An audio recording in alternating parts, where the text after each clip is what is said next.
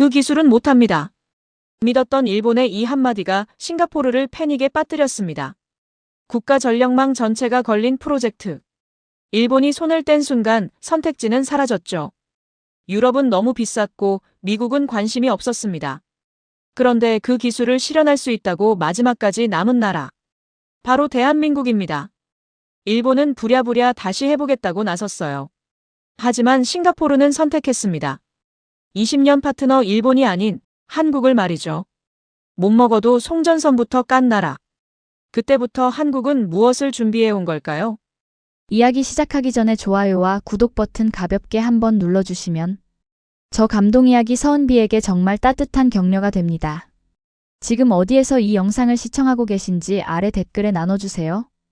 우리는 400kV급 기술은 못합니다. 회의실 안은 숨이 막힐 듯 조용했습니다. 23년간 이 일을 해왔지만 이런 침묵은 처음이었어요. 400kV. 이 숫자가 무엇을 의미하는지 아십니까? 싱가포르 전체 전력망의 생명줄입니다. 싱가포르는 일본을 믿었어요. 그런데 그 일본이 기술을 포기했다고 말한 겁니다.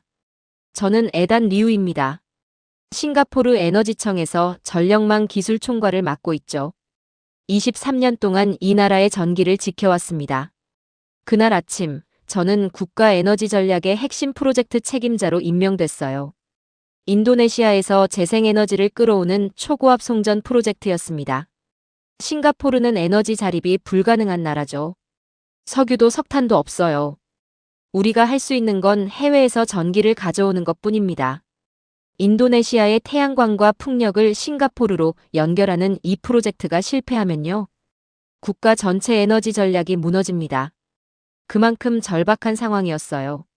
400kV급 송전 선로를 깔아야 했습니다. 해저 케이블로 수백 킬로미터를 연결하는 작업이죠. 이 프로젝트가 실패하면 싱가포르의 미래 에너지 계획 전체가 흔들립니다. 압력은 엄청났어요. 하지만 저는 걱정하지 않았습니다. 아시아에서 초고압 송전이라고 하면 일본이 답이었으니까요. 20년 넘게 그래왔습니다. 일본 기술진과 함께 프로젝트를 진행해온 경험이 수십 건이었어요. 믿을 수 있는 파트너였죠. 그래서 그날 회의도 형식적인 절차라고 생각했습니다. 일본 측 대표와 기술 사양을 확인하고 일정을 조율하면 끝이라고요. 회의실에 들어섰을 때도 편안했습니다. 일본 기술진 3명이 자리에 앉아 있었어요. 저희 측에서는 에너지청 실무진 5명, 정부 관계자 2명이 배석했습니다. 인사를 나누고 프로젝트 개요를 설명했죠. 일본 측 대표가 고개를 끄덕였습니다. 잘 이해했습니다. 다만 한 가지 말씀드릴 게 있습니다. 그의 표정이 조금 굳어 있었어요. 이상하다는 생각이 스쳤습니다. 저희 회사는 2000년대 초반 이후로 400kV급 초고압 송전 기술 개발을 중단했습니다. 회의실 공기가 얼어붙었어요. 투자 대비 수익성 문제로 사업성이 없다고 판단했습니다. 저는 그의 말을 믿을 수가 없었습니다. 일본이 포기한 기술이라니요? 아시아 전력 시장의 기준이었던 일본이요? 그럼 유럽 기술은 어떻습니까? 제 목소리가 떨렸습니다. 가능하긴 합니다. 하지만 비용이 2배 이상 들고 공사 기간도 1년은 더 걸릴 겁니다. 일본 대표의 대답은 차갑게 들렸어요. 회의실을 나왔을 때 저는 멍한 상태였습니다. 일본이 없다는 건 상상조차 해본 적 없는 시나리오였거든요. 사무실로 돌아와 책상에 앉았습니다. 머릿속이 복잡했어요. 유럽 기술을 쓰자니 예산이 터무니없이 부족했습니다. 미국 기술은 더 비쌌죠. 프로젝트를 연기할 수도 없었어요. 인도네시아와 이미 합의한 일정이 있었으니까요. 저는 지난 23년간 수많은 프로젝트를 성공시켜왔습니다. 하지만 이번엔 달랐어요. 출구가 보이지 않았습니다. 그날 밤 집에 돌아가서도 잠을 이룰 수 없었어요. 다음 날 아침 일찍 출근했습니다. 기술팀의 긴급 회의를 소집했죠. 다른 대안을 찾아야 합니다. 모든 가능성을 검토해 주세요. 팀원들이 자료를 뒤지기 시작했어요. 초고압 송전 기술을 보유한 국가와 기업 리스트를 다시 작성했습니다. 일본, 독일, 프랑스, 미국. 익숙한 이름들이었죠. 그런데 리스트 맨 아래에 낯선 이름 하나가 적혀 있었습니다. 대한민국. 처음 보는 이름이었어요. 이건 뭡니까? 저는 팀원에게 물었습니다. 최근 베트남과 필리핀에서 수주한 기록이 있습니다. 한국 기업이요. 그는 조심스럽게 대답했어요. 한국이 400kV를 한다고요? 믿기지 않았습니다. 요즘 세계가 한국을 주목하고 있다는 건 알고 있었어요. 지난해 세계 최대 자산운용사 블랙록이 한국에 20조 원 규모 투자를 결정했죠. 인공지능 데이터 센터를 짓겠다고요. 데이터 센터 한 곳이 중소도시 하나의 연간 전력을 소비한다는데 말입니다. 그런데 블랙록이 한국을 선택한 이유가 바로 전력 안정성이었어요. 한국은 정전이 거의 없는 나라거든요.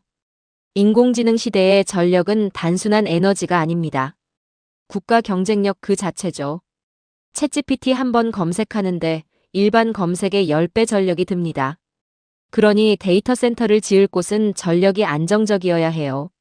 한국이 그런 나라라는 건 알았습니다. 하지만 초고압 송전은 다른 차원의 문제 아닙니까? 제조업은 강해도 국가 전력망 인프라는 또 다른 영역이니까요.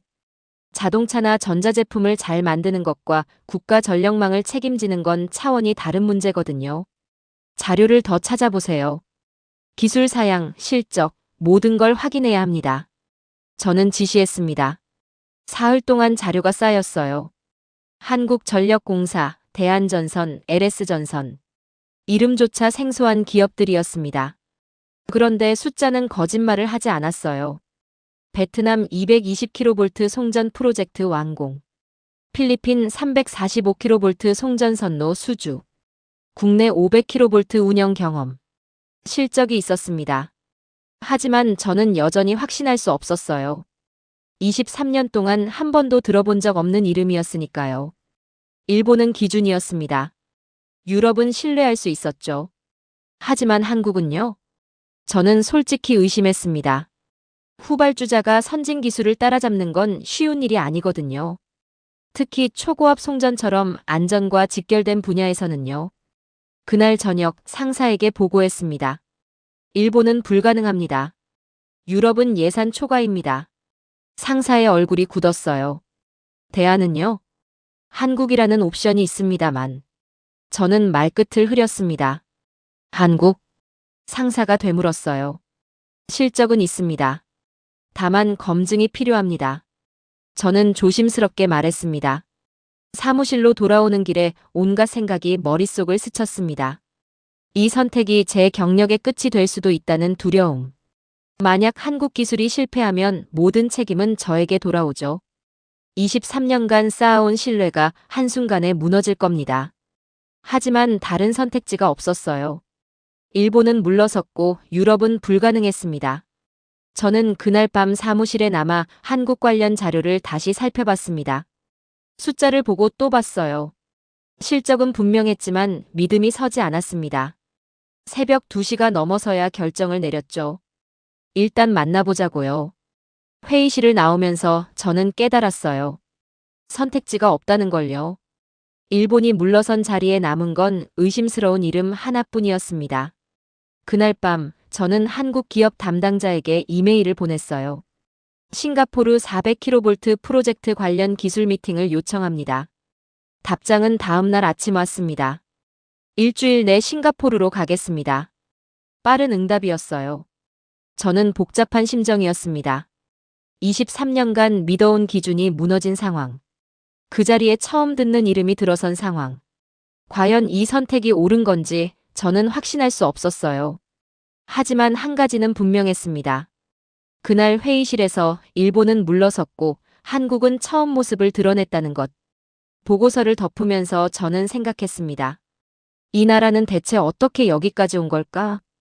일본조차 포기한 기술을 한국은 왜 포기하지 않은 걸까? 그 질문에 답을 찾는 데는 시간이 좀 걸렸습니다. 하지만 결국 저는 알게 됐죠. 한국에게 전기는 선택이 아니라 생존이었다는 걸요. 한국 기업과 미팅 날짜를 잡고 나서 저는 한 가지를 깨달았습니다. 400kV 기술이 정확히 무엇인지 설명해야 한다는 것을요. 이건 단순한 전선 기술이 아닙니다. 국가의 목숨줄이에요. 제가 23년간 이 분야에서 일하면서 배운 게 있다면요. 초고압 송전은 실수가 용납되지 않는 영역이라는 겁니다. 220kV와 400kV는 숫자 차이가 아니에요. 완전히 다른 세계죠. 전압이 높아질수록 기술 난이도는 기하급수적으로 올라갑니다. 먼저 열 손실 문제가 있어요. 전기를 먼 거리로 보낼 때 일부는 열로 새어나가죠. 400kV급에서는 이 손실을 최소화해야 합니다. 조금만 설계가 잘못되면 엄청난 에너지가 허공으로 날아가 버려요. 그 다음은 절연 기술입니다. 400kV는 어마어마한 전압이거든요. 번개가 치는 것과 비슷한 수준의 전기가 케이블 안을 흐릅니다. 이걸 안전하게 감싸는 절연체가 필수죠. 절연이 제대로 안 되면 어떻게 될까요? 합선이 일어나고 화재가 발생하고 최악의 경우 광역 정전이 옵니다. 2003년 미국 동부 대정전 기억하십니까? 5천만 명이 전기 없이 지냈습니다. 송전망 하나의 문제가 도미노처럼 번졌기 때문이에요. 그게 초고압 송전이 가진 위험입니다. 실패하면 국가 전체가 멈춰요. 시공 안정성도 문제입니다. 400kV 송전선은 육지에 깔 때도 어렵지만 해저는 더 까다롭죠. 우리 싱가포르 프로젝트는 해저 케이블이었습니다. 수백 킬로미터를 바닷속에 깔아야 했어요. 수압, 염분, 해류 모든 게 변수입니다. 케이블이 손상되면 수리도 쉽지 않아요. 바다 밑을 파헤쳐야 하니까요. 그래서 한 번 깔 때 완벽해야 합니다. 실수는 곧 수천억 원의 손실이죠. 유지보수는 또 어떻습니까? 400kV 송전망은 설치하고 끝이 아닙니다. 30년, 40년을 안전하게 운영해야 해요. 정기 점검, 부품 교체, 긴급 수리 시스템까지 전부 갖춰야 합니다. 이 모든 걸 혼자 할 수 있는 나라가 얼마나 될까요? 손에 꼽습니다. 그래서 400kV는 기술이 아니라 국가 역량이에요. 한 회사가 잘한다고 되는 게 아니라 국가 전체가 뒷받침해야 가능한 일이죠. 저는 그날 밤 사무실에서 과거 자료를 뒤적였습니다. 일본이 왜 이 기술을 포기했는지 이해하고 싶었어요. 2000년대 초반 일본의 보고서를 찾았습니다. 내용은 명확했어요. 투자 대비 수익성이 나오지 않는다는 거였죠. 400kV 송전 프로젝트 하나를 완성하려면 1000억 원 이상이 듭니다. 개발 기간도 오래 걸려요. 그런데 시장은 크지 않습니다. 초고압 송전이 필요한 나라 자체가 많지 않거든요. 일본 입장에서는 합리적인 판단이었어요. 적은 수요의 높은 위험, 긴 개발 기간, 사업성이 없다고 본 거죠. 일본만 그런 게 아니었습니다. 유럽도 비슷했어요. 독일과 프랑스 기업들은 기술은 있었지만 적극적이지 않았습니다. 그들에게 아시아 시장은 멀었고 경쟁도 치열했죠. 비용도 문제였습니다. 유럽 기술로 우리 프로젝트를 진행하면 예산이 2배는 들어요. 공사 기간도 1년 이상 늘어납니다. 미국은 더 비쌌어요. 그리고 미국 기업들은 자국 시장에 집중하고 있었습니다. 해외 프로젝트에는 관심이 적었죠. 결국 선택지는 없었습니다. 일본이 물러나자 시장에 공백이 생긴 거예요. 저는 그제야 상황의 심각성을 이해했습니다. 세계가 이 기술을 포기하고 있었어요.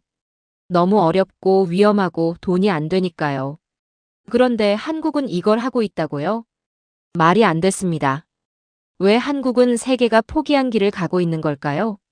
다음 날 아침 팀 회의를 열었습니다. 400kV 기술을 제대로 보유한 국가가 몇 개나 됩니까? 제가 물었어요. 팀원이 대답했습니다.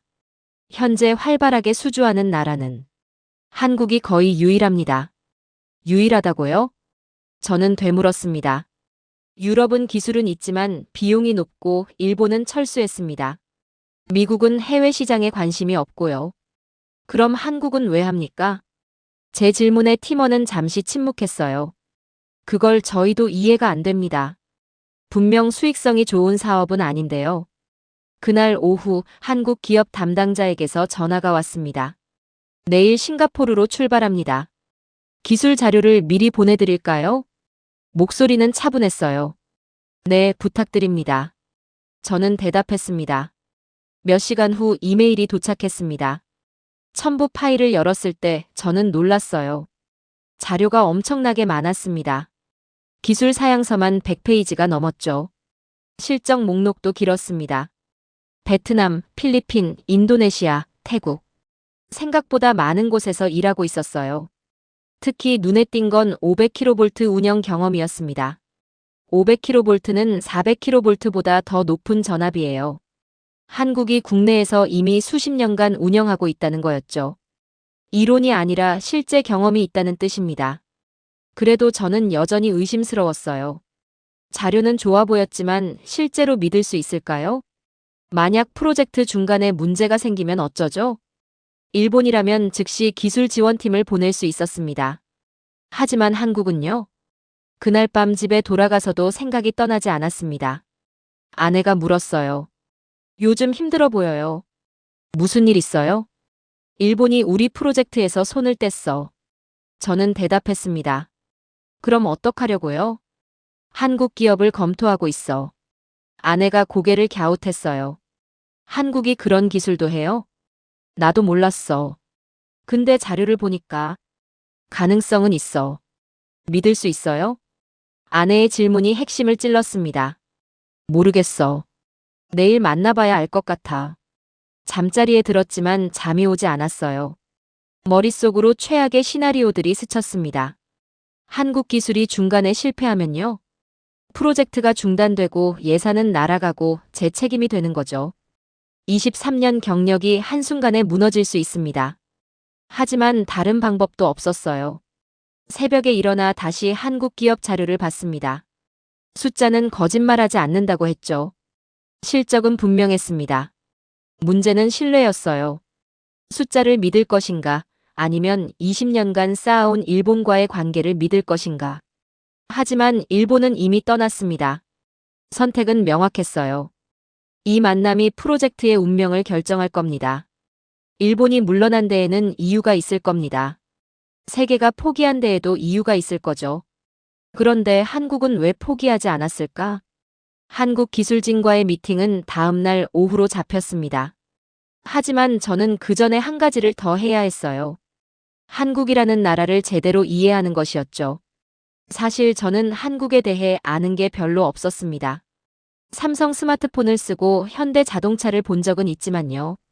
그 나라가 어떻게 여기까지 왔는지는 몰랐어요. 그날 아침 일찍 사무실에 나와서 한국전력 산업 자료를 찾기 시작했습니다. 처음엔 그냥 형식적인 조사였어요. 미팅 전에 기본 정보나 파악하자는 정도였죠. 그런데 자료를 읽으면서 점점 이상한 느낌이 들었습니다. 한국의 전력 역사는 제가 예상했던 것과 완전히 달랐거든요. 1960년대 한국 자료를 열었을 때였습니다. 당시 한국의 1인당 전력 소비량을 봤어요. 연간 50kWh. 싱가포르의 100분의 1도 안 되는 수치였습니다. 그때 한국은 지금과 전혀 다른 나라였던 거죠. 전기가 없는 마을이 수두룩했다고 해요. 공장도 제대로 돌아가지 않았고요. 그런 나라가 지금은 세계 10위권 경제 대국입니다. 도대체 무슨 일이 있었던 걸까요? 자료를 더 파고들었습니다. 1970년대 한국 정부가 전국 전력망 구축 사업을 시작했더군요. 전국 송전망이라는 개념 자체가 없던 시절이었어요. 그런데 저는 그 이전 자료에서 더 충격적인 걸 발견했습니다. 1960년대 한국 농촌 마을 사진이었어요. 호롱불을 켜고 앉아있는 가족들의 모습이 보였습니다. 캄캄한 밤, 작은 불빛 하나에 의지해서 저녁을 먹고 있었죠. 도시도 크게 다르지 않았어요. 촛불 몇 개가 한 집안의 전부였습니다. 아이들은 그 희미한 불빛 아래서 공부했다고 해요. 공장들은 해가 지면 문을 닫았죠. 밤에는 일할 수 없었으니까요. 그런데 1970년대 중반 기록을 보니 달라져 있었습니다. 산골 마을에 처음 전기가 들어온 날의 영상이 있었어요. 마을 사람들이 전봇대 아래 모여 있었습니다. 해가 지고 누군가 스위치를 올렸죠. 전구에 불이 들어왔습니다. 사람들이 환호했어요. 어떤 노인은 눈물을 흘리고 있었습니다. 그 장면을 보는 순간 저는 알았어요. 한국 사람들에게 전기가 무엇을 의미하는지를요. 전기는 단순한 편의가 아니었습니다. 새로운 세상이었던 거예요. 산을 넘고 계곡을 건너 송전탑을 세웠습니다. 한겨울에도 폭염에도 공사는 멈추지 않았어요. 전국에 전선을 깔아 올라갔죠. 도시와 농촌을 연결하고 남쪽과 북쪽을 이었습니다. 엄청난 투자였어요. 당시 한국 경제 규모로는 감당하기 어려운 수준이었습니다. 그런데 그들은 했어요. 왜일까요? 답은 간단했습니다. 전기가 없으면 공장을 돌릴 수 없으니까요. 공장이 안 돌아가면 산업이 없고 산업이 없으면 나라가 없었습니다. 한국에게 전기는 선택이 아니라 생존이었던 겁니다. 1980년대 자료에서 더 놀라운 걸 발견했습니다. 한국이 154kV 송전망을 전국에 깔기 시작했더군요. 그것도 독자 기술로요. 당시 아시아에서 그런 나라가 몇 개나 됐을까요? 일본 정도였을 겁니다. 한국은 후발주자였지만 속도가 달랐어요. 빠르게 따라잡고 있었던 거죠. 1990년대엔 345kV로 올라갔습니다. 2000년대엔 765kV까지 갔어요. 세계에서 765kV를 운영하는 나라가 몇 개나 될까요? 손에 꼽습니다. 한국은 그중 하나였어요. 저는 화면을 멍하니 바라봤습니다. 이 나라는 멈추지 않았던 거예요. 다른 나라들이 효율을 따지고 수익성을 계산할 때요. 한국은 그냥 계속 올라갔습니다. 154kV, 345kV, 765kV. 왜 그랬을까요? 자료를 더 읽다가 답을 찾았습니다. 중화학공업 때문이었어요. 1970년대 한국은 철강, 조선, 화학산업을 키우기로 결정했습니다. 포항제철소 건설 기록이 눈에 들어왔습니다. 1973년 착공한 이 제철소는 당시로선 엄청난 규모였어요. 제철소 하나가 소도시 하나만큼 전기를 먹는다고 하죠. 그런데 문제가 있었습니다. 포항에는 그만한 전력이 없었어요. 그래서 어떻게 했을까요? 송전선을 먼저 깔았습니다. 수백 킬로미터 떨어진 발전소에서 포항까지요. 산을 넘고 강을 건너 송전탑을 세웠어요. 기술자들은 밤낮 없이 일했습니다. 폭염 속에서, 폭우 속에서 공사를 이어갔죠. 철강 없이는 나라가 없다는 말이 있었습니다. 하지만 전기 없이는 철강도 없었어요. 그래서 전력망이 먼저였던 겁니다. 1974년 포항제철소에 첫 전기가 들어왔습니다. 용광로에 불이 켜졌어요. 그날 밤 포항 하늘은 붉게 물들었다고 해요. 제철소의 불빛이 도시를 밝혔죠. 그리고 그 불빛은 곧 울산으로, 창원으로 번져갔습니다. 울산공단의 밤 풍경을 본 적 있으십니까? 수백 개의 공장이 동시에 가동되면서 내뿜는 불빛이요. 그 불빛 하나하나가 송전선으로 연결돼 있었습니다. 한국은 공장을 짓기 전에 송전선을 먼저 세웠어요. 수요가 생기기 전에 공급을 만든 거죠. 미친 짓처럼 보였을 겁니다. 돈도 없는데 송전선부터 세운다니요. 하지만 그게 통했어요. 전력망이 있으니 공장이 들어왔고 공장이 돌아가니 경제가 살아났죠. 저는 한 장의 사진에서 멈췄습니다. 1970년대 송전탑 건설 현장이었어요. 가파른 산빛 아래 송전탑을 세우는 기술자들의 모습이 보였습니다. 안전장비도 변변치 않았어요. 하지만 그들의 눈빛은 살아있었습니다. 우리 손으로 만든다는 자부심이 느껴졌어요. 그 과정에서 한국 기업들은 송전 기술을 익혔습니다. 처음엔 외국 기술을 배웠겠죠. 도면을 보고 따라하고 실수하고 다시 시도하고. 하지만 계속 하다 보니 자기 것이 됐어요.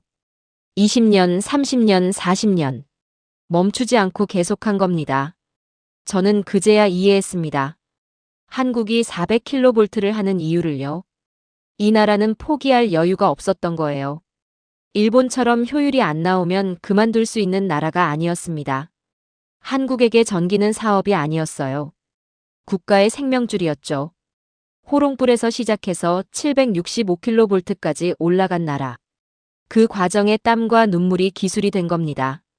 그래서 세계가 다 포기해도 한국은 계속했던 거예요. 점심시간이 다 되어서야 자료를 덮었습니다. 머릿속이 복잡했어요.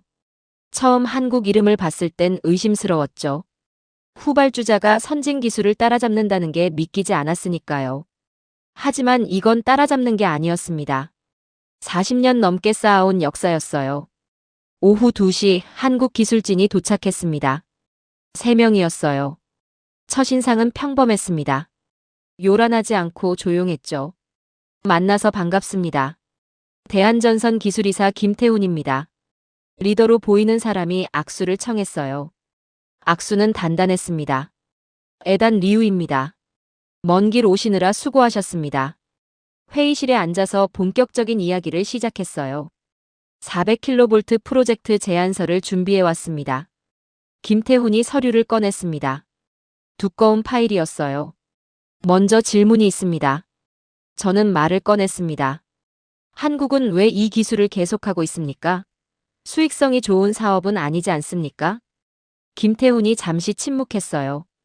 그리곤 천천히 입을 열었습니다. 저희에게 전력은 특별합니다. 1960년대 우리나라는 전기가 없었어요. 공장도 제대로 못 돌렸죠. 그의 목소리는 담담했습니다. 그때부터 시작했습니다. 송전선을 깔고 전압을 올리고 기술을 배우고 50년 넘게 해온 일이에요. 그래서 포기하지 않는 겁니까? 제가 물었어요. 포기할 수 없습니다. 이건 우리 산업의 뿌리거든요. 김태훈의 대답은 간결했습니다. 저는 그 말을 곱씹었어요. 산업의 뿌리. 일본에게 송전은 사업이었지만 한국에게는 뿌리였던 거죠. 국내에서 765kV를 운영한다고 들었습니다. 제가 말했습니다. 맞습니다. 1990년대부터 운영하고 있어요. 문제없이 돌아가고 있습니다. 765kV면 400kV의 2배 가까운 전압이에요. 더 어려운 기술이죠. 해외 실적은 어떻습니까? 베트남에서 220kV 완공했고 필리핀에서 345kV 진행 중입니다. 김태훈이 자료를 펼쳤어요. 사진들이 보였습니다. 송전탑 건설 현장, 케이블 설치 장면, 완공 사진까지. 실제로 일하고 있었어요. 일본 기술과 비교하면 어떻습니까? 제 질문에 김태훈은 미소 지었습니다. 일본 기술은 훌륭합니다. 저희도 많이 배웠죠. 하지만 지금은 저희가 더 많이 하고 있어요. 자신감 있는 대답이었습니다. 허세는 아니었어요. 숫자가 증명하고 있었으니까요. 회의는 3시간 넘게 이어졌습니다. 기술 사양, 시공 계획, 유지보수 시스템까지 세세하게 확인했어요. 질문할 때마다 명확한 답이 돌아왔습니다. 막히는 부분이 없었어요. 회의가 끝나고 한국 기술진을 배웅했습니다. 검토 후 연락드리겠습니다. 감사합니다. 좋은 결과 기다리겠습니다. 김태훈이 다시 한번 악수를 청했어요. 그들이 떠나고 혼자 회의실에 남았습니다. 창밖을 바라봤어요. 싱가포르 스카이라인이 보였습니다. 이 도시의 불빛 하나하나가 전기로 켜지는 거죠. 한국도 한때는 불빛이 없었다고 했습니다. 호롱불에 의지하던 나라였죠. 지금은 세계에서 가장 밝은 나라 중 하나가 됐고요. 그 과정에서 기술이 쌓였던 거예요. 저는 생각했습니다. 이 나라는 다르다고. 포기할 수 없었던 나라. 그래서 세계가 떠났을 때도 혼자 남아서 길을 만든 나라. 한국에게 전기는 사업이 아니었다. 생존이었고 역사였고 미래였던 거죠. 사무실로 돌아와 보고서를 작성했습니다. 상사에게 제출할 평가서였어요. 결론은 명확했습니다. 한국은 가능하다. 기술도 경험도 의지도 있다. 이제 남은 건 결정뿐이었습니다. 한국 기술진과의 미팅 이후 일주일이 지났습니다. 저는 내부 검토를 진행하고 있었어요. 한국 기업 선정을 추천하는 보고서를 거의 완성했죠. 그런데 그때 예상치 못한 일이 벌어졌습니다. 일본 측에서 긴급 서한이 날아왔어요. 싱가포르 에너지청 장관 앞으로요. 내용을 보는 순간 저는 이게 단순한 기술 경쟁이 아니라는 걸 깨달았습니다. 자존심 싸움이 시작된 거였죠. 서한 내용은 이랬습니다. 한국 기술은 일본 원천 기술의 변형에 불과하다. 독자적인 기술력이 검증되지 않았다. 대형 프로젝트 경험이 부족하다. 싱가포르처럼 중요한 국가 인프라를 맡기기엔 위험하다. 격식을 갖춘 문장들이었지만 속내는 명확했어요. 한국을 선택하지 말라는 거였죠. 저는 화가 났습니다. 23년간 일본과 함께 일했지만 이런 모습은 처음 봤어요. 기술로 경쟁하는 게 아니라 정치적 압박을 넣다니요. 하지만 이건 시작에 불과했습니다. 며칠 후 싱가포르 주요 언론에 기사가 나기 시작했어요. 제목은 이랬습니다. 싱가포르 국가 전력망, 검증되지 않은 기술에 맡길 것인가? 일본 전문가들, 한국 기술 안전성 우려 제기. 기사 내용은 더 노골적이었습니다. 한국 기업의 해외 실적은 소규모 프로젝트에 불과하다. 싱가포르급 대형 프로젝트를 감당할 역량이 의심스럽다. 일본 기술을 배제하는 것은 위험한 선택이다. 누가 봐도 일본 측에서 흘린 내용이었어요. 언론 플레이가 시작된 겁니다. 에너지청 내부도 흔들리기 시작했습니다. 복도에서 동료들과 마주칠 때마다 조심스러운 시선이 느껴졌어요. 에단, 정말 한국으로 가려고? 선배 엔지니어가 물었습니다. 기술적으론 문제 없어 보이는데요. 저는 대답했어요. 문제는 기술만이 아니잖아. 만약 실패하면 책임은 누가 지지? 그의 말에는 걱정이 섞여 있었습니다. 일본이 이렇게 반대하는 데는 이유가 있을 거야. 다른 동료도 거들었어요. 저는 답답했습니다. 일본의 반대가 기술 때문일까요? 아니면 시장을 뺏기기 싫어서일까요? 일주일 후 더 큰 압박이 들어왔습니다. 일본 대사관에서 싱가포르 외교부에 공식 의견서를 제출했어요. 양국 경제 협력 차원에서 이 프로젝트를 재검토해달라는 내용이었습니다. 기술 문제가 외교 문제로 번진 거죠.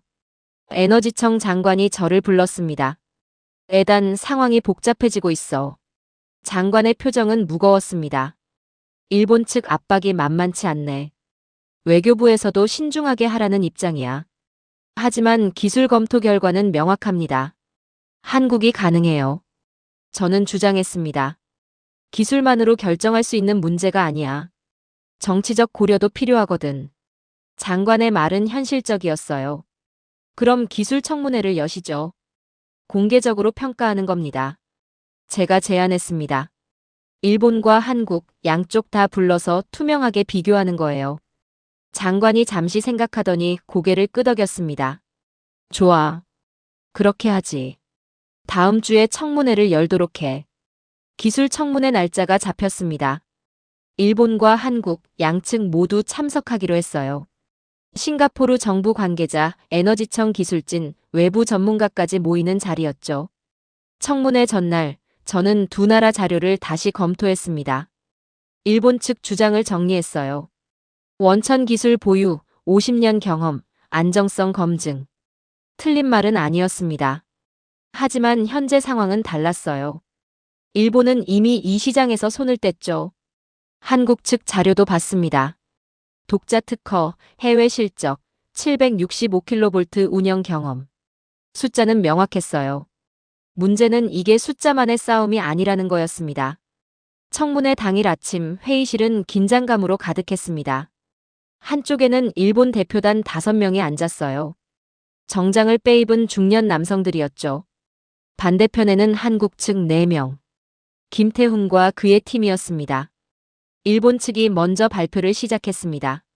싱가포르와 일본은 50년 파트너십을 유지해왔습니다. 일본 수석 대표가 말했어요. 우리 기술은 검증됐습니다. 아시아 전역에서 사용되고 있죠. 그는 자료를 넘겼습니다. 일본 기술의 우수성을 보여주는 자료들이었어요. 한국 기술의 기반은 일본입니다. 그들이 배운 건 우리 기술이에요. 이 말에 한국 측 자리에서 미묘한 움직임이 느껴졌습니다. 독자 기술이라고 주장하지만 본질은 같습니다. 우리 원천 기술의 변형이죠. 일본 대표의 목소리는 차분했지만 날카로웠어요. 대형 프로젝트 경험도 부족합니다. 싱가포르급 국가 인프라를 맡기기엔 위험해요. 그의 발표가 끝났습니다. 회의실은 조용했어요. 일본의 주장은 논리적으로 들렸습니다. 이제 한국 차례였습니다. 김태훈이 천천히 일어났어요. 먼저 일본 기술에 대한 존경을 표합니다. 그의 시작은 의외로 겸손했습니다. 맞습니다. 우리는 일본에게 많이 배웠어요. 그건 부정하지 않습니다. 회의실에서 고개를 끄덕이는 사람들이 보였어요. 하지만 배운 것과 자기 것으로 만든 건 다릅니다. 김태훈이 자료를 펼쳤습니다. 저희는 지난 30년간 독자 기술을 개발해왔습니다. 독자 특허만 250건이 넘어요. 숫자가 화면에 떴습니다. 일본 원천 기술의 변형이라고 하셨죠? 그럼 이 특허들은 뭡니까? 김태훈의 목소리에 힘이 실렸어요. 베트남, 필리핀, 인도네시아에서 실제로 작동하고 있습니다. 문제없이요. 그 순간 저는 깨달았습니다. 일본은 흔들리고 있었다. 그래서 이렇게 반격하는 거였어요. 기술이 아닌 자존심이 전쟁을 만들고 있었습니다. 청문회는 오후까지 이어졌습니다. 기술 논쟁은 점점 격해졌어요. 하지만 저는 이미 답을 알고 있었습니다. 이건 기술 싸움이 아니었어요. 시장을 지키려는 일본과 시장에 들어가려는 한국의 싸움이었죠. 그리고 숫자는 한국 편이었습니다. 청문회가 끝나고 사흘이 지났습니다. 저는 양측이 제출한 자료를 다시 검토하고 있었어요. 일본 측 자료는 익숙했습니다. 50년 역사, 검증된 안전성, 아시아 전역의 레퍼런스. 틀린 말은 하나도 없었어요. 문제는 현재 상황이었죠. 그들은 더 이상 이 기술을 하지 않겠다고 했습니다. 한국 측 자료는 달랐어요. 숫자가 가득했습니다. 저는 한 페이지 한 페이지 넘기며 읽어내려갔어요. 독자 특허 목록이 나왔습니다. 250건이 넘었어요. 절연 기술, 케이블 설계, 시공 방법, 유지 보수 시스템까지 모든 분야에 걸쳐 있었습니다. 일본 원천 기술의 변형이라던 주장은 이 특허들 앞에서 힘을 잃었어요. 변형이 아니라 독자 개발이었던 겁니다. 해외 실적 페이지를 펼쳤습니다. 베트남 하노이 220kV 송전 프로젝트. 2019년 착공, 2021년 완공. 준공 이후 3년간 무사고 운영 중이라고 적혀 있었어요. 필리핀 마닐라 345kV 프로젝트. 2022년 수주, 현재 시공 중. 공정률 75%, 예정대로 진행 중. 인도네시아 자카르타 해저 케이블 프로젝트. 2023년 완공, 현재 정상 가동. 모두 실제로 작동하고 있는 프로젝트들이었습니다. 그냥 계획이 아니라 완성된 결과물이었어요. 국내 운영 실적도 놀라웠습니다. 500kV 송전망 운영 경험 30년. 765kV는 1990년대부터 가동 중. 이건 세계적으로도 드문 경험이었어요. 저는 계산기를 두드렸습니다. 한국이 765kV를 30년 넘게 운영했다는 건요. 그만큼의 시행착오와 노하우가 쌓였다는 뜻이거든요. 400kV는 765kV보다 낮은 전압입니다. 더 쉬운 기술이죠. 한국에게 400kV는 도전이 아니라 익숙한 영역이었던 겁니다. 다음 페이지에는 기술 비교표가 있었습니다. 열 손실률, 절연 효율, 시공기간, 유지보수 비용. 한국 기술이 일본이나 유럽과 비교해도 뒤지지 않았어요. 어떤 항목에서는 오히려 앞섰습니다. 특히 해저 케이블 시공 경험이 눈에 띄었습니다. 싱가포르 프로젝트는 해저 송전이 핵심이었거든요. 한국은 이미 제주도와 육지를 연결하는 해저 케이블을 깔았더군요. 거기에 인도네시아 프로젝트까지 완료했고요. 경험이 있었던 겁니다. 저는 자료를 덮고 창밖을 바라봤습니다. 일본은 말로 공격했어요. 원천 기술, 경험 부족, 위험성. 하지만 한국은 말하지 않았습니다. 대신 숫자를 내놨죠. 250건의 특허, 수십 년의 운영 경험, 해외 프로젝트 완공 실적. 숫자는 거짓말하지 않습니다. 그날 오후 기술팀 회의를 소집했습니다. 한국 기술에 대한 평가를 시작하겠습니다. 제가 말했어요. 팀원들이 자리에 앉았습니다. 첫 번째, 기술 독자성입니다. 일본은 원천 기술의 변형이라고 주장했죠. 하지만 독자 특허가 250건입니다. 이건 변형이 아니라 독립적 개발로 봐야 합니다. 선임 엔지니어가 말했어요. 동의합니다. 특허 내용을 검토했는데 상당히 구체적이더군요. 다른 팀원이 거들었습니다. 두 번째, 실제 운영 경험입니다. 국내 765kV 30년 운영. 이게 핵심입니다. 제가 강조했어요. 765kV를 30년 돌렸다면 400kV는 문제 없을 겁니다. 팀원들이 고개를 끄덕였습니다. 세 번째, 해외 실적입니다. 베트남, 필리핀, 인도네시아 모두 완공 또는 진행 중이에요. 특히 인도네시아 해저 케이블이 중요합니다. 우리 프로젝트도 해저니까요. 맞습니다. 그들은 이미 비슷한 프로젝트를 해봤어요. 회의실 분위기가 달라지고 있었습니다. 처음엔 의심스러워하던 팀원들이 점점 수긍하고 있었어요. 네 번째, 턴키 능력입니다. 제가 마지막 항목을 꺼냈습니다. 설계부터 시공, 유지 보수까지 전부 가능하다고 하더군요. 이게 큽니다. 일본이나 유럽은 보통 분야별로 나눠서 하거든요. 선임 엔지니어가 말했습니다. 한국은 처음부터 끝까지 책임진다는 뜻이죠. 우리 입장에선 편합니다. 팀원들이 동의했어요. 회의가 끝난 후 저는 최종 평가 보고서를 작성하기 시작했습니다. 키보드를 두드리는데 머릿속이 복잡했어요. 일본과 20년 넘게 일했습니다. 그 신뢰를 무시하기 쉽지 않았죠. 하지만 숫자는 명확했습니다. 한국은 준비돼 있었어요. 그날 밤 늦게까지 보고서를 썼습니다. 기술 평가, 비용 분석, 리스크 평가까지. 모든 항목에서 한국은 합격점이었어요. 다음 날 아침 한국 측에서 추가 자료가 도착했습니다. 이메일을 열었어요. 제목은 간단했습니다.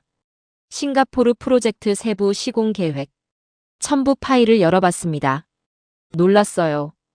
우리가 요구하기도 전에 세부 계획을 다 짜왔더군요. 해저 케이블 경로, 수신별 시공 방법, 위험 구간 대응책. 모든 게 구체적이었습니다. 심지어 싱가포르 해역 특성까지 고려했더군요. 조류, 수온, 해저 지형까지 분석해놨어요. 이 정도면 이미 프로젝트를 시작한 수준이었습니다. 저는 김태훈에게 전화를 걸었어요. 자료 잘 받았습니다. 인상적이더군요. 도움이 되셨으면 좋겠습니다. 김태훈의 목소리는 차분했습니다. 질문이 하나 있습니다. 왜 이렇게까지 준비하셨습니까? 제가 물었어요. 잠시 침묵이 흘렀습니다. 저희는 변명하지 않습니다. 대신 준비합니다. 김태훈의 대답은 짧았어요. 일본이 뭐라고 하든 유럽이 뭐라고 하든 상관없습니다. 저희는 할 수 있다는 걸 보여주면 되니까요. 전화를 끊고 저는 생각했습니다. 한국은 말하지 않았다.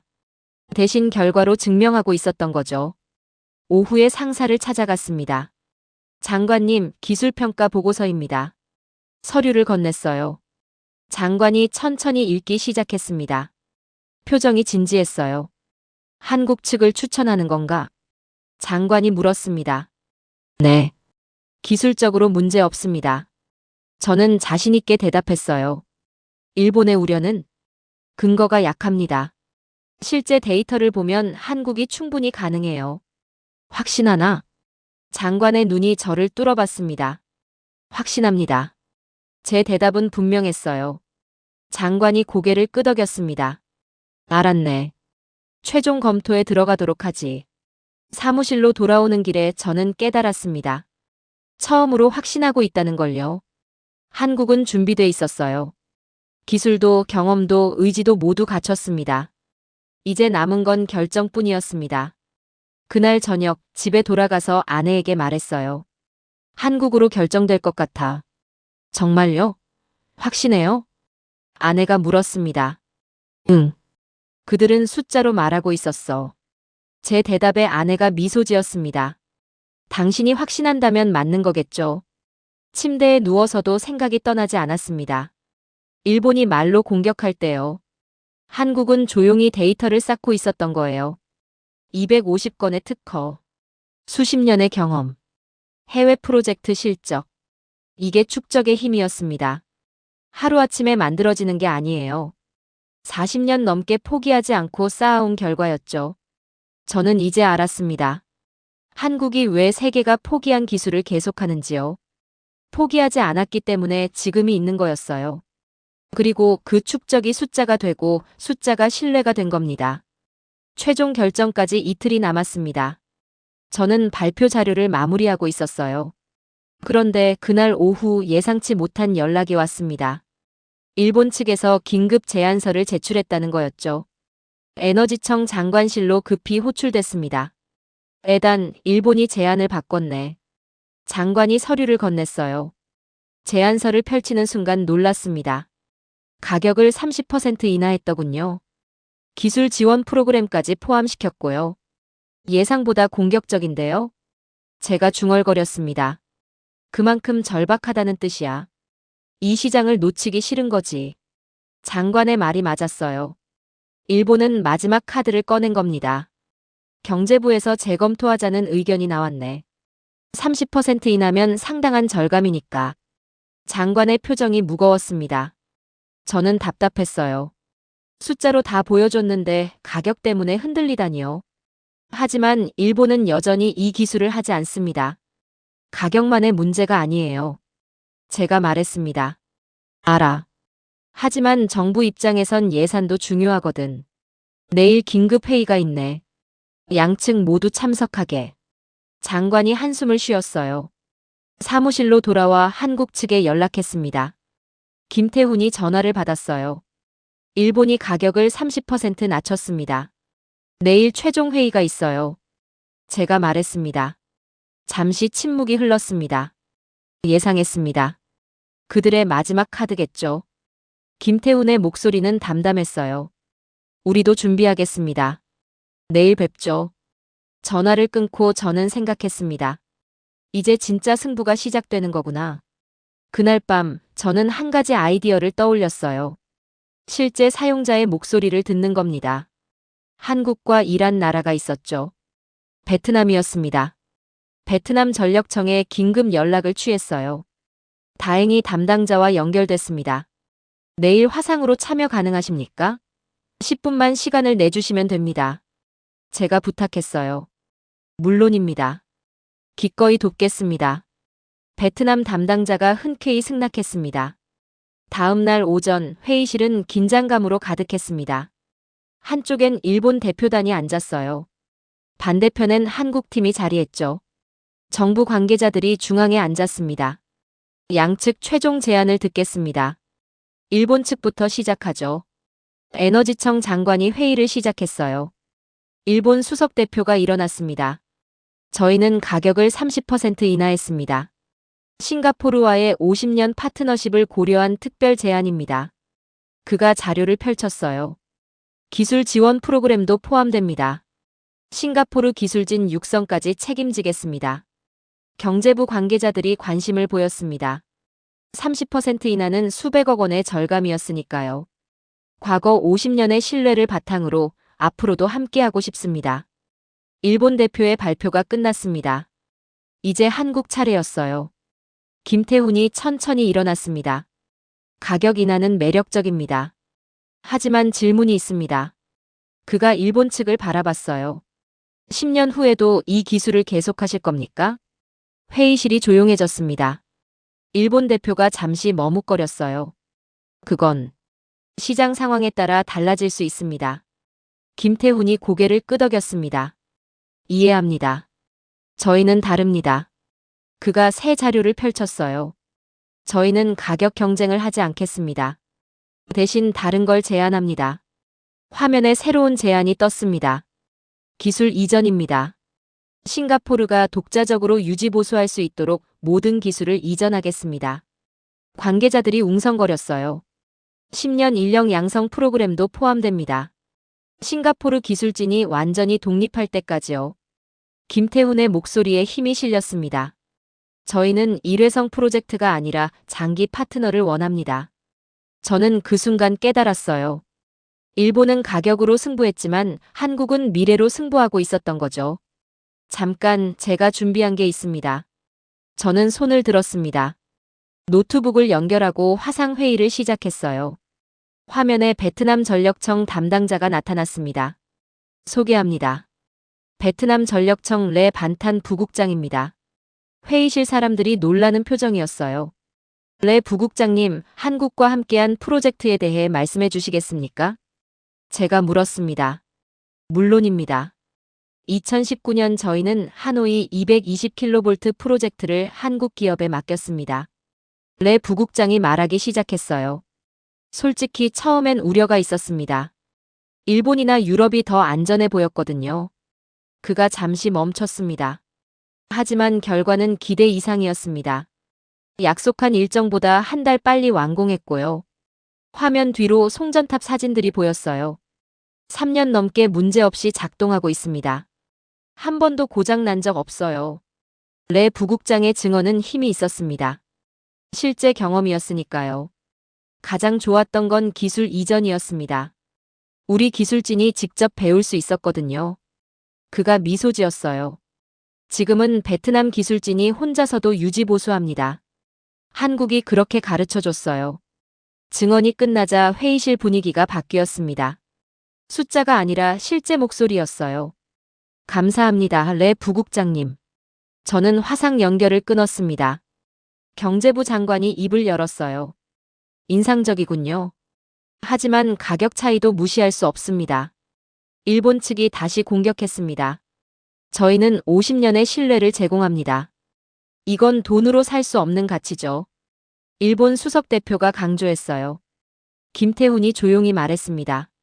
과거의 신뢰는 존중합니다. 하지만 미래의 파트너십은 다른 문제입니다. 그가 화면을 넘겼어요. 저희는 지난 40년간 전력을 포기한 적이 없습니다. 세계가 떠날 때도 남아 있었죠.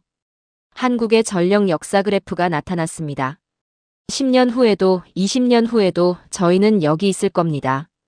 김태훈의 목소리는 확신에 차 있었어요. 저는 마지막 질문을 던졌습니다. 양측에 같은 질문을 하겠습니다. 10년 후 싱가포르가 기술 문제로 연락하면 응답하시겠습니까? 일본 측이 먼저 대답했어요. 물론입니다. 하지만 그때 시장 상황을 봐야. 말끝을 흐렸습니다. 김태훈이 즉시 대답했어요. 예. 20년 후에도 응답하겠습니다. 단호한 대답이었습니다. 그 순간 저는 확신했어요. 선택은 명확하다고. 회의가 끝나고 모두 나갔습니다. 저는 장관과 단둘이 남았어요. 에단, 자네 생각은? 장관이 물었습니다. 일본은 과거를 팝니다. 한국은 미래를 제안합니다. 저는 분명하게 말했어요. 가격 차이는 있지만 10년을 보면 한국이 더 나은 선택입니다. 확신하나? 장관이 제 눈을 똑바로 봤습니다. 확신합니다. 이건 기술 선택이 아니라 파트너 선택입니다. 제 대답은 흔들림이 없었어요. 장관이 천천히 고개를 끄덕였습니다. 알겠네. 내일 최종 결정을 내리도록 하지. 사무실로 돌아오는 길에 저는 생각했습니다. 23년간 믿어온 기준을 내려놓는 순간이 왔다고. 일본은 편안했어요. 익숙했고 안전했고 믿을 수 있었죠. 하지만 일본은 이미 떠난 파트너였습니다. 한국은 불안했습니다. 새로웠고 검증이 덜 됐고 위험해 보였어요. 하지만 한국은 여기 있는 파트너였죠. 10년 후에도 20년 후에도 함께할 파트너. 창밖을 바라봤습니다. 싱가포르의 불빛들이 반짝이고 있었어요. 이 불빛들을 책임지려면 과거가 아닌 미래를 선택해야 합니다. 그날 밤 집에 돌아가서 아내에게 말했어요. 내일 결정이 날 거야. 어떻게 될 것 같아요? 아내가 물었습니다. 모르겠어. 하지만 난 최선을 다했어. 제 대답에 아내가 손을 잡아줬습니다. 당신이 옳다고 믿는 걸 선택한 거잖아요. 그걸로 충분해요. 침대에 누워서도 잠이 오지 않았습니다. 만약 실패하면요? 모든 책임은 제게 돌아옵니다. 경력도 명예도 신뢰도 모두 잃는 거죠. 하지만 후회는 없었어요. 숫자를 받고 현장을 들었고 미래를 선택했습니다. 20년간의 관성을 깨고 새로운 결정을 내린 겁니다. 다음 날이 답을 줄 거예요. 과거의 명성이 이길까요? 아니면 현재의 능력이 이길까요? 저는 후자를 선택했습니다. 이제 싱가포르 정부가 선택할 차례였죠. 최종 결정일 아침이 밝았습니다. 저는 평소보다 1시간 일찍 출근했어요. 사무실은 텅 비어 있었습니다. 책상에 앉아 창밖을 바라봤죠. 오늘 싱가포르 정부가 공식 발표를 합니다. 400kV 초고압 송전 프로젝트의 파트너를요. 일본이 될까요? 한국이 될까요? 손바닥에 땀이 났습니다. 23년 경력이 오늘 결정됩니다. 성공하면 국가 인프라를 성공시킨 영웅이 되고요. 실패하면 경력이 끝나는 거죠. 오전 10시 에너지청 대회의실에 사람들이 모였습니다. 정부 관계자, 언론, 일본 대표단, 한국팀까지 모두 자리에 앉았어요. 긴장감이 느껴졌습니다. 에너지청 장관이 단상에 올랐습니다. 오늘 싱가포르 인도네시아 400kV 초고압 송전 프로젝트의 파트너를 발표하겠습니다. 장관의 목소리가 회의실에 울렸어요. 저는 숨을 참았습니다. 이 결정은 기술평가, 비용 분석, 장기 파트너십 가능성을 종합적으로 검토한 결과입니다. 장관이 서류를 펼쳤습니다. 싱가포르 정부는 짧은 침묵이 흘렀어요. 대한민국 기업과 함께하기로 결정했습니다. 그 순간 제 심장이 뛰는 소리가 들렸습니다. 한국 팀에서 안도의 한숨이 나왔어요. 일본 측은 굳은 표정으로 앉아 있었습니다. 대한전선 컨소시엄에게 이 프로젝트를 맡깁니다. 계약 규모는 1,100억 원입니다. 장관이 발표를 이어갔어요. 한국은 독자 기술력과 풍부한 운영 경험을 보유하고 있습니다. 무엇보다 장기적 파트너십이 가능하다고 판단했습니다. 회의실에서 카메라 플래시가 터졌습니다. 기자들이 질문을 쏟아냈어요. 일본이 아닌 한국을 선택한 이유는 무엇입니까? 한 기자가 물었습니다. 일본은 훌륭한 파트너였습니다. 하지만 현재 이 기술을 적극적으로 하지 않고 있습니다. 장관이 대답했어요. 한국은 지금 이 순간에도 전 세계에서 프로젝트를 진행하고 있습니다. 우리에겐 현재 활동하는 파트너가 필요했습니다. 명확한 답변이었어요. 발표가 끝나고 저는 한국 팀에게 다가갔습니다. 김태훈과 악수를 나눴어요. 축하합니다. 앞으로 잘 부탁드립니다. 제가 말했습니다. 감사합니다. 싱가포르의 신뢰에 보답하겠습니다. 김태훈의 악수는 단단했습니다. 그의 눈빛에서 책임감이 느껴졌어요. 일본 대표단은 조용히 회의실을 빠져나갔습니다. 그들의 뒷모습을 보며 저는 생각했습니다. 시대가 바뀐 거구나. 그날 오후 제 전화기가 쉴 새 없이 울렸어요. 동료들, 선배들, 업계 관계자들 모두 같은 질문을 했습니다. 정말 한국으로 결정됐어? 믿을 수 있을까? 저는 확신을 가지고 대답했어요. 숫자가 증명합니다. 한국은 준비돼 있어요. 며칠 후 놀라운 소식이 들려왔습니다. 필리핀이 한국의 송전 프로젝트를 추가 발주했더군요. 싱가포르 결정을 본 거였어요. 그 다음은 태국이었습니다. 고속철도 전력망 프로젝트를 한국에 문의했죠. 인도네시아도 추가 계약을 검토하기 시작했습니다. 연쇄 반응이 일어나고 있었어요. 싱가포르가 선택했다는 사실이 신호탄이 된 겁니다. 작은 나라지만 싱가포르는 아시아에서 영향력이 있었거든요. 기술 선택에 신중하기로 유명한 나라였죠. 그 싱가포르가 한국을 선택했습니다. 다른 나라들이 주목할 수밖에 없었어요. 아시아 전력 시장의 판도가 바뀌고 있었어요. 20년 넘게 일본이 지배하던 시장이었습니다. 이제 한국이 들어오고 있었죠. 어느 날 국제에너지 포럼에 참석했습니다. 여러 나라 전력 담당자들이 모인 자리였어요. 말레이시아 담당자가 저에게 다가왔습니다. 에단, 싱가포르가 한국을 선택했다면서요? 그가 물었습니다. 네, 맞습니다. 제가 대답했어요. 어떻습니까? 믿을만합니까? 그의 질문은 진지했습니다. 숫자로 증명됩니다. 기술도 있고 경험도 있어요. 저는 확신을 가지고 말했습니다. 우리도 검토 중입니다. 일본이 예전 같지 않더군요. 말레이시아 담당자가 고개를 끄덕였어요. 포럼이 끝나고 호텔로 돌아오는 길에 생각했습니다. 세계가 변하고 있다고.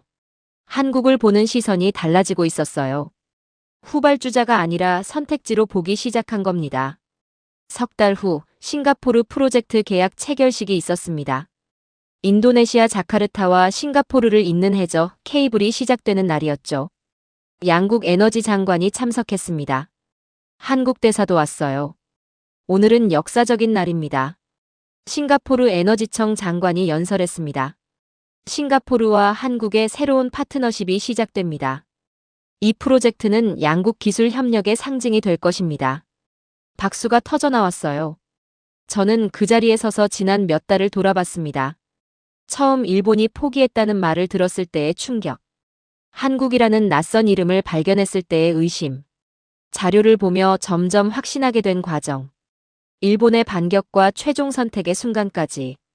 모든 게 영화처럼 스쳐 지나갔어요. 계약이 끝나고 김태훈과 차를 마셨습니다. 드디어 시작이네요. 제가 말했습니다. 네, 이제부터가 진짜입니다. 성공적으로 완공해서 싱가포르의 신뢰에 보답해야죠. 김태훈의 얼굴은 진지했어요. 한국은 왜 이 기술을 포기하지 않았습니까? 저는 그동안 궁금했던 걸 물었습니다. 세계가 다 떠났는데 말이에요. 김태훈이 잠시 생각하더니 입을 열었습니다. 우리에게 전기는 특별합니다. 1960년대엔 호롱불로 밤을 지새웠어요. 그의 목소리는 담담했습니다. 전기가 들어온 날 사람들이 울었다고 하더군요. 그만큼 간절했던 겁니다. 저는 고개를 끄덕였어요. 그래서 포기할 수 없었습니다. 전기는 우리에게 생존이었으니까요. 김태훈이 창밖을 바라봤습니다. 40년 넘게 쌓아왔어요. 멈추지 않고요. 그게 지금의 기술이 됐습니다. 그 말을 듣는 순간 저는 이해했습니다. 한국이 왜 여기까지 온 건지요. 포기하지 않았기 때문이었어요. 세계가 효율을 따지고 수익성을 계산할 때 한국은 그냥 계속했던 겁니다. 그게 축적이 되고 기술이 되고 경쟁력이 됐죠. 그날 밤 호텔방에서 창밖을 바라봤습니다. 싱가포르의 야경이 펼쳐져 있었어요. 이 불빛들이 앞으로 한국 기술로 더 밝아질 겁니다. 인도네시아의 재생에너지가 한국 케이블을 타고 흘러올 거예요. 그날 기준이 바뀌었습니다. 아시아 초고압 송전 시장에서 일본은 더 이상 유일한 답이 아니었어요. 한국이 새로운 답이 된 겁니다. 선택지가 아니라 답으로요. 저는 그 변화의 한가운데 있었습니다. 23년 경력 중 가장 중요한 결정을 내렸고요. 과거가 아닌 미래를 선택했습니다. 일본과의 20년 관계를 넘어 새로운 파트너를 찾았죠. 그리고 그 선택은 옳았습니다. 숫자가 증명하고 있었어요. 싱가포르 1,100억 원 수주. 이후 연쇄 수주로 3조 원 돌파. 한국은 더 이상 후발주자가 아니었습니다. 선도주자가 된 거예요. 세계가 놀라고 있었습니다. 일본조차 포기한 시장에서 한국이 성공하고 있다고요.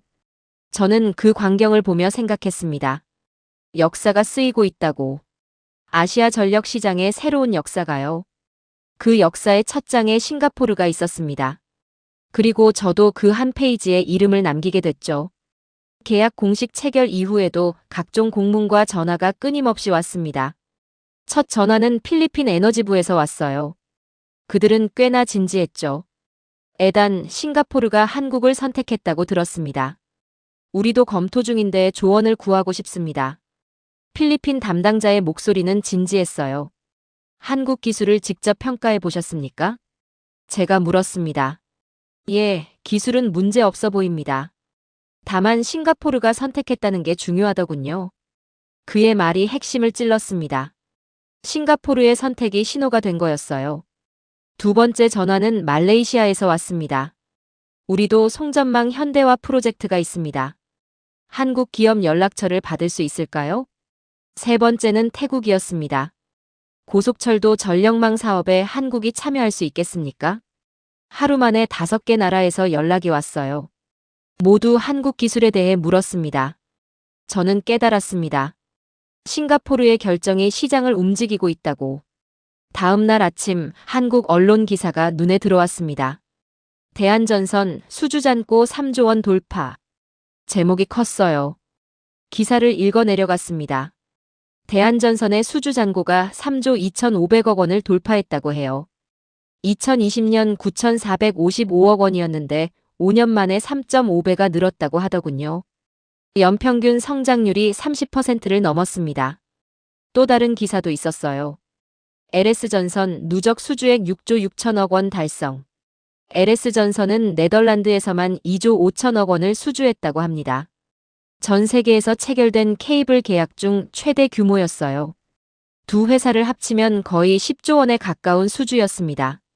저는 숫자를 보며 생각했습니다. 1년 전만 해도 상상할 수 없던 규모라고. 그날 오후 업계 분석 보고서가 나왔습니다. 아시아 초고압 송전 시장 점유율 변화. 제목이 의미심장했어요. 내용을 보니 더 놀라웠습니다. 한국 기업들의 아시아 시장 점유율이 15%에서 35%로 급증했다고 해요. 불과 1년 사이에 일어난 변화였습니다. 일본은 50%에서 30%로 떨어졌더군요. 시장 판도가 완전히 바뀌고 있었습니다.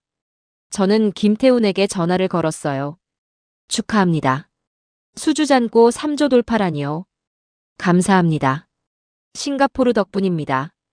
김태훈의 목소리는 차분했습니다. 싱가포르가 문을 열어줬어요. 이제 다른 나라들도 우리를 보기 시작했습니다. 문의가 많이 오나 보죠? 제가 물었습니다. 매일 옵니다. 필리핀, 말레이시아, 태국, 인도네시아. 모두 같은 질문을 해요. 무슨 질문입니까? 싱가포르에서 어떻게 했느냐고요? 김태훈이 웃었습니다. 전화를 끊고 저는 생각했습니다. 내 선택이 시장을 움직이고 있다고. 일주일 후 국제전력기술 세미나가 있었습니다. 싱가포르 에너지청에서 주최한 행사였어요. 아시아 각국의 전력 담당자들이 모였습니다. 저는 발표자로 나섰어요. 싱가포르의 400kV 프로젝트 파트너 선정 과정. 제 발표 제목이었습니다. 회의장은 만석이었어요. 모두 싱가포르가 어떻게 결정했는지 궁금해했습니다. 우리는 과거가 아닌 현재를 봤습니다. 저는 첫 슬라이드를 넘겼습니다. 일본은 훌륭한 역사를 가졌습니다. 하지만 현재 이 기술을 적극적으로 하지 않습니다. 청중들이 고개를 끄덕였어요. 한국은 지금 이 순간에도 전 세계에서 프로젝트를 진행하고 있습니다. 화면에 한국 기업들의 실적이 나타났습니다. 베트남, 필리핀, 인도네시아, 카타르, 사우디아라비아. 지도 위에 점들이 찍혔어요. 이것이 우리가 한국을 선택한 이유입니다. 활동하는 파트너가 필요했으니까요. 발표가 끝나자 질문이 쏟아졌습니다. 한국 기술의 신뢰성은 어떻습니까? 인도 담당자가 물었어요. 765kV를 30년 넘게 운영한 경험이 있습니다. 400kV는 그보다 낮은 전압이죠. 제 대답에 고개를 끄덕이는 사람들이 보였습니다. 비용은 어떻습니까? 태국 담당자가 물었습니다. 합리적입니다. 일본보다 낮고 유럽보다 훨씬 경쟁력 있어요. 기술 이전도 가능합니까? 말레이시아 담당자의 질문이었어요. 물론입니다. 한국은 우리가 독립할 수 있도록 기술을 가르쳐 주겠다고 약속했습니다. 세미나가 끝나고 여러 명함을 받았습니다. 모두 한국 기업과 연결해달라는 요청이었어요. 시장이 움직이고 있었습니다. 그날 저녁 호텔 라운지에서 일본 담당자를 우연히 마주쳤습니다. 20년 넘게 함께 일했던 사람이었어요. 에단. 그가 저를 불렀습니다. 오랜만입니다. 저는 인사했어요.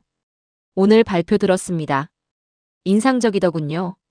그의 말에는 복잡한 감정이 섞여 있었습니다. 한국이 정말 잘하고 있습니다. 시장이 빠르게 변하고 있어요. 제가 말했습니다. 우리가 너무 안일했던 것 같습니다. 일본 담당자가 한숨을 쉬었어요. 이 시장을 지킬 수 있다고 생각했죠. 그런데 한국이 이렇게 빨리 올라올 줄은 몰랐습니다. 아직 늦지 않았습니다. 돌아올 수 있지 않습니까? 제가 조심스럽게 말했습니다. 어렵습니다. 이미 한국이 자리를 잡았어요. 그가 고개를 저었습니다. 각국 정부가 한국을 기준으로 삼기 시작했습니다. 우리를 과거로 보고 있어요. 그의 고백은 솔직했습니다. 좋은 경쟁자였습니다. 저는 악수를 청했어요. 감사합니다, 에단. 옳은 선택이었습니다. 그가 제 손을 잡았습니다. 한 달 후 업계 보고서가 업데이트됐습니다. 한국 전선 기업들의 해외 수주가 계속 늘고 있었어요. 필리핀이 한국의 345kV 프로젝트를 발주했습니다. 말레이시아도 송전망 현대화 사업에 한국을 지명했어요. 태국은 고속철도 전력망 입찰에 한국 기업을 초청했습니다. 모두 싱가포르 결정 이후에 일어난 일들이었습니다. 저는 사무실에서 이 뉴스들을 보며 깨달았습니다. 내 선택이 도미노가 됐다고. 싱가포르가 한국을 선택하자 다른 나라들도 따라오기 시작한 거예요. 신뢰의 연쇄 반응이었습니다. 어느 날 상사가 저를 불렀습니다. 에단, 자네 덕분에 싱가포르가 화제가 됐네. 장관이 미소 지었어요. 여러 나라에서 우리 사례를 물어봅니다. 어떻게 결정했느냐고요? 제가 한 건 숫자를 믿은 것뿐입니다. 저는 겸손하게 대답했습니다. 그게 쉽지 않아. 20년 관성을 깨는 게 말이야. 장관의 말이 맞았습니다. 익숙한 것을 버리고 새로운 것을 선택하는 건 용기가 필요했죠. 자네가 시장을 움직였어. 아시아 전력 시장의 기준이 바뀌고 있어. 저는 그 말을 곱씹었습니다. 기준이 바뀌고 있다.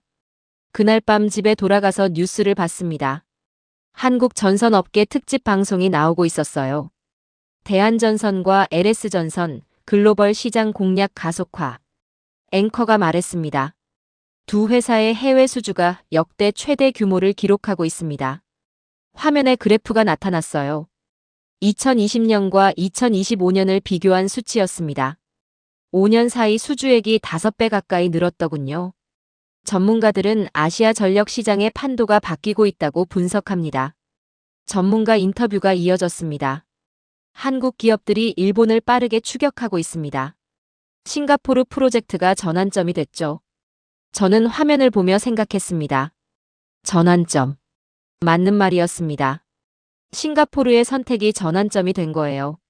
작은 나라였지만 영향력은 컸습니다. 기술 선택에 신중한 나라로 유명했으니까요. 그 싱가포르가 한국을 선택했습니다. 세계가 주목할 수밖에 없었어요. 아내가 옆에 앉았습니다. 당신이 한 일이 이렇게 큰 영향을 미칠 줄 몰랐어요. 나 혼자 한 게 아니야. 제가 말했습니다. 한국이 40년 넘게 쌓아온 거지. 나는 그걸 믿었을 뿐이야. 하지만 믿어준 게 중요한 거잖아요. 아내의 말이 맞았습니다. 누군가는 먼저 믿어줘야 했습니다. 과거의 기준을 깨고 새로운 기준을 만들어야 했죠. 저는 그 역할을 했던 겁니다. 다음 날 출근길에 라디오를 켰습니다. 경제 뉴스가 나오고 있었어요. 한국 전선업계 올해 해외 수주 목표 10조 원 돌파 전망. 앵커의 목소리가 들렸습니다. 10조 원. 1년 전만 해도 상상할 수 없던 숫자였어요. 사무실에 도착해서 창밖을 바라봤습니다. 싱가포르 스카이라인이 펼쳐져 있었어요. 이 도시의 불빛 하나하나가 전기로 켜집니다. 앞으로 한국 기술이 이 불빛을 더 밝게 만들 거예요. 인도네시아의 재생에너지가 한국 케이블을 타고 흘러올 겁니다. 저는 이제 확신합니다. 한국은 더 이상 후발주자가 아니라고. 선택지가 아니라 답이 됐어요. 세계가 묻기 시작했습니다. 한국은 어떻게 했는가? 일본도 유럽도 미국도 한국을 연구하고 있습니다. 무엇이 이 나라를 여기까지 오게 했는지요? 답은 간단합니다. 포기하지 않았기 때문입니다. 세계가 떠날 때도 수익이 안 날 때도 누구도 관심 없을 때도 한국은 그냥 계속했습니다. 40년 넘게요. 그게 축적이 되고 기술이 되고 신뢰가 됐죠. 이제 그 신뢰가 시장을 움직이고 있습니다. 싱가포르가 시작을 열었고요. 필리핀이 따라왔고 말레이시아가 합류했고 태국이 손을 내밀었습니다. 연쇄 반응이 일어나고 있었어요. 저는 그 변화의 한가운데 있습니다. 23년 경력 중 가장 자랑스러운 순간이에요. 과거의 기준을 깨고 미래의 기준을 만들었습니다. 일본과의 20년 관계를 넘어 새로운 파트너를 찾았죠. 그 선택이 옳았다는 걸 시장이 증명하고 있습니다. 대한전선 3조, LS전선 6.6조. 합치면 거의 10조 원입니다. 이 숫자가 한국의 현재를 말해주고 있어요. 더 이상 따라가는 나라가 아니라 기준이 되는 나라. 세계가 한국을 보기 시작했습니다. 그날 기준이 바뀌었습니다. 싱가포르가 한국을 선택한 그날. 아시아 전력 시장의 기준이 바뀌기 시작했습니다. 일본조차 포기한 기술을 한국은 포기하지 않았습니다. 40년의 축적. 그 집요함이 기술이 됐고 기술이 신뢰가 됐고 신뢰가 시장이 됐습니다. 지금 이 순간에도 한국 기술자들은 전 세계 곳곳에서 송전선을 깔고 있습니다. 베트남의 밤을, 필리핀의 공장을, 싱가포르의 미래를 밝히고 있죠. 세계는 이제 묻습니다. 한국은 어떻게 했는가? 우리는 답합니다. 멈추지 않았습니다. 호롱불에서 시작해 세계를 밝히기까지 포기하지 않고 달려온 대한민국의 이야기. 일본을 넘어 세계 기준이 된 오늘의 사연을 함께 해주셔서 감사합니다.